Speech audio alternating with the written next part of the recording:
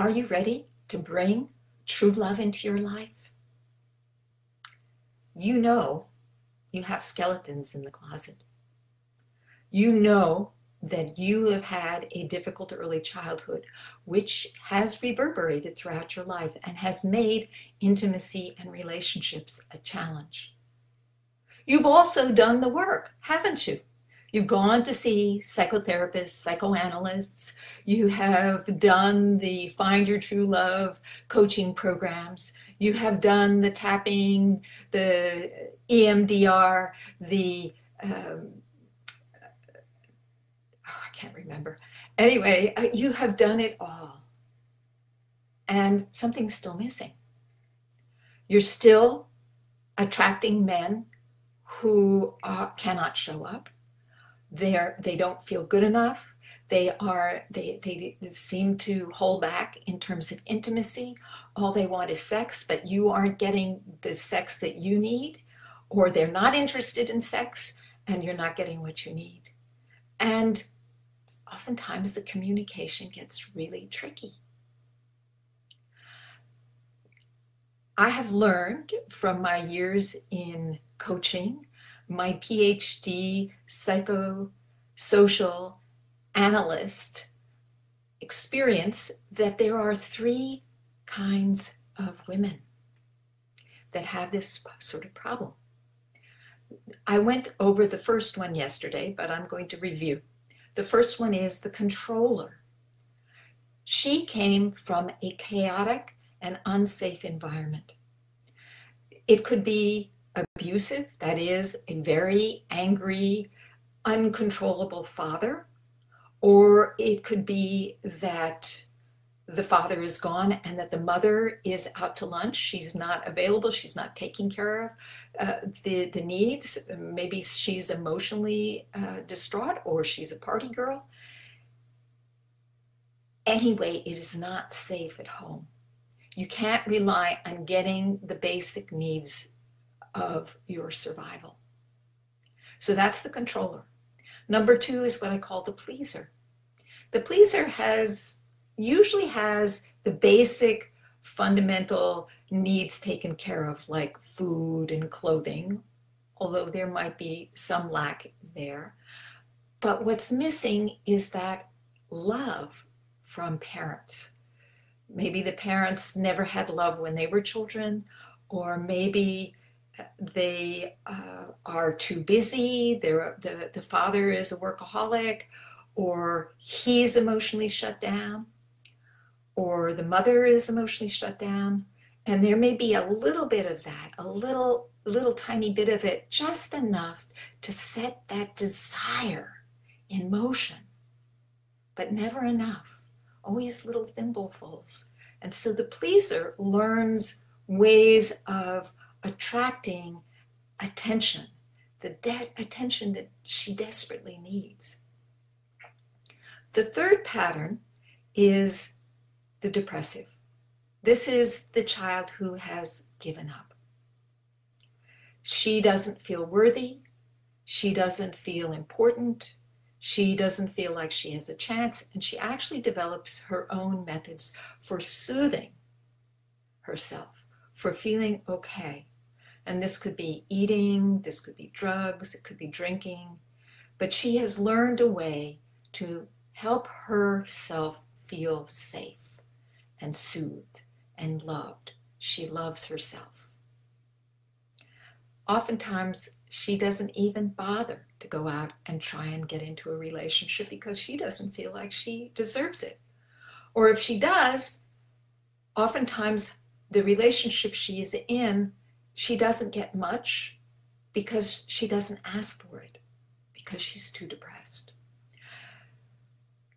I talked about the controller yesterday, and they come in three flavors. They come in the manager, supermom, superwoman, who takes control of everything. She tends to attract men who are willing to accept her power over them. She never feels quite satisfied because she wants somebody stronger, but she's terrified. Also, she uses her controlling to keep the person at bay, to keep her lover at bay. So there were three kinds here, right? The controller, and then there was the the damsel in distress. This is the kind of woman who is either a victim or a martyr, or she simply finds herself in problems all the time. And men, actually, a lot of men out there like to be heroes. They like to be of service. And so she attracts a man that way. But she's never a full-fledged partner because she always has to play this role of being needy, of being saved. And so she never is able to really fully express what she wants. And when she does work and make her effort, she's never appreciated for it because, of course, she chooses a man who wants to be the hero. So she can't really step up and feel accomplished herself. And then finally, there's the femme fatale. And the femme fatale, she's never satisfied. She keeps her men at bay by always being detached, aloof, and never satisfied. And eventually they leave because men really need to have a purpose. They need to have a function. And as long as she is super competent, super accomplished, then they feel they have no purpose. And so that relationship doesn't work.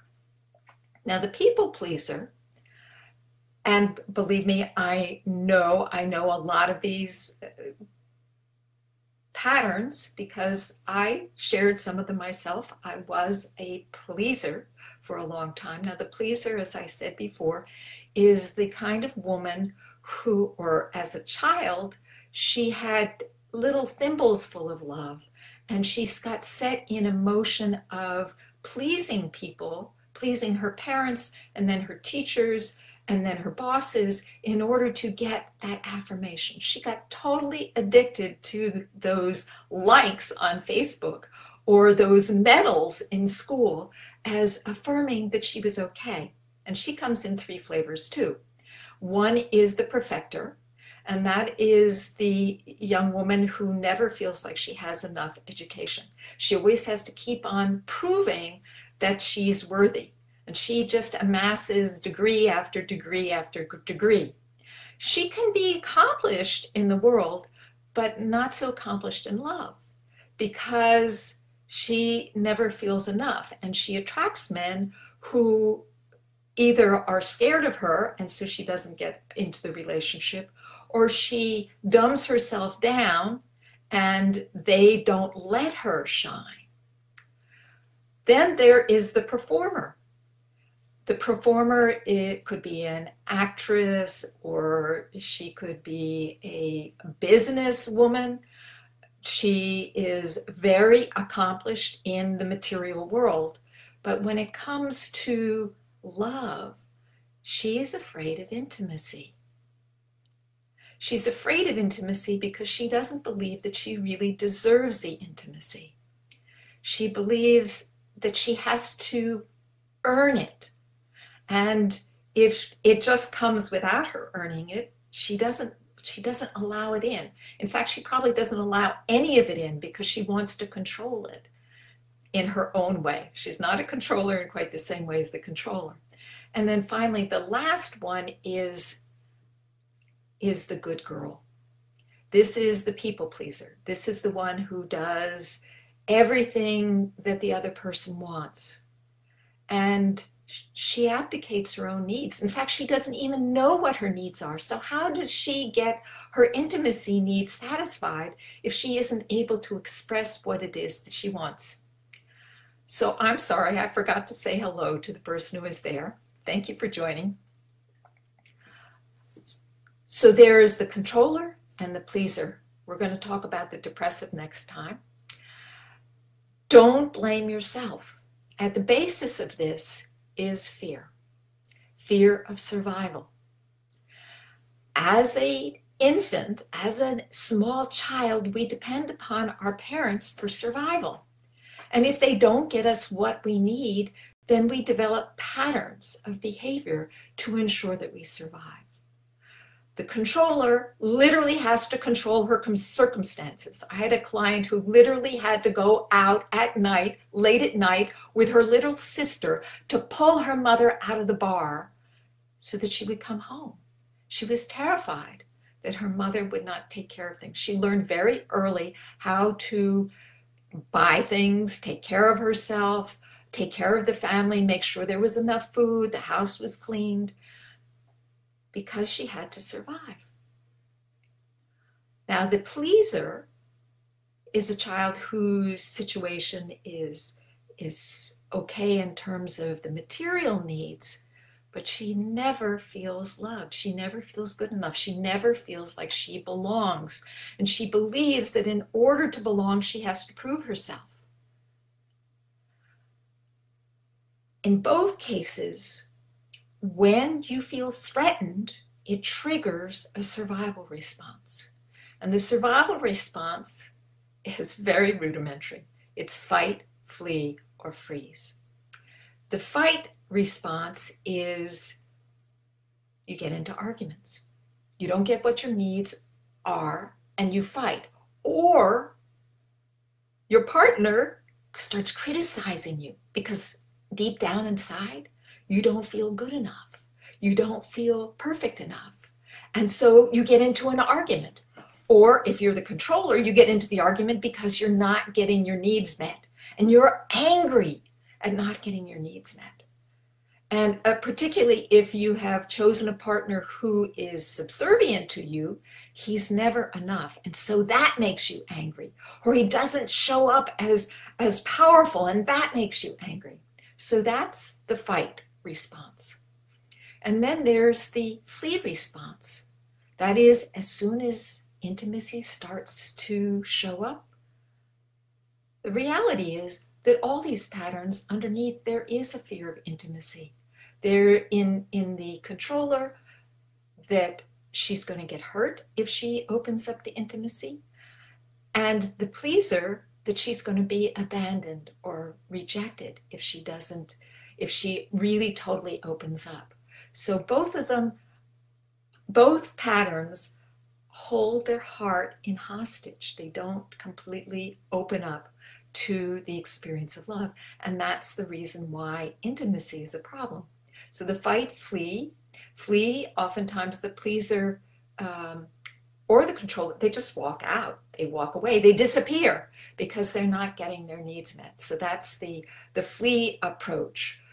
The freeze can be that they just stop cold. They don't know what to do. They're getting criticized, and they go into what the animal kingdom calls submission, like a dog that shows its throat. The pleaser will just, whatever it takes, even though she isn't getting her needs met, if she feels that she's going to lose the love or appreciation, she just abdicates her needs. Now, the thing is that this does not produce a satisfying love life. She doesn't get her needs met. And so periodically she gets angry, or periodically she gets so angry that she has to walk out. So how does this show up in your relationships? Do you see any of these patterns happening? Are you a controller or are you a pleaser? And if one or the other, how does it manifest in your life? Underneath, there are the same problems. And the problem is not feeling good enough, not feeling worthy, not feeling safe. There is that feeling of being unsafe and never being able to trust that you can have love. If you don't get this managed, if you don't get this taken care of, it will follow you throughout all of your relationships. There is no magic pill. You need to work on this.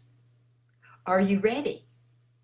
Are you ready to teach your inner child, to show your inner child that love is actually possible? That love is available, that the world is safe, that it's okay to trust, that it's okay to open to love, that it's okay to receive love, that you're not going to get abandoned, that you can have what you really need.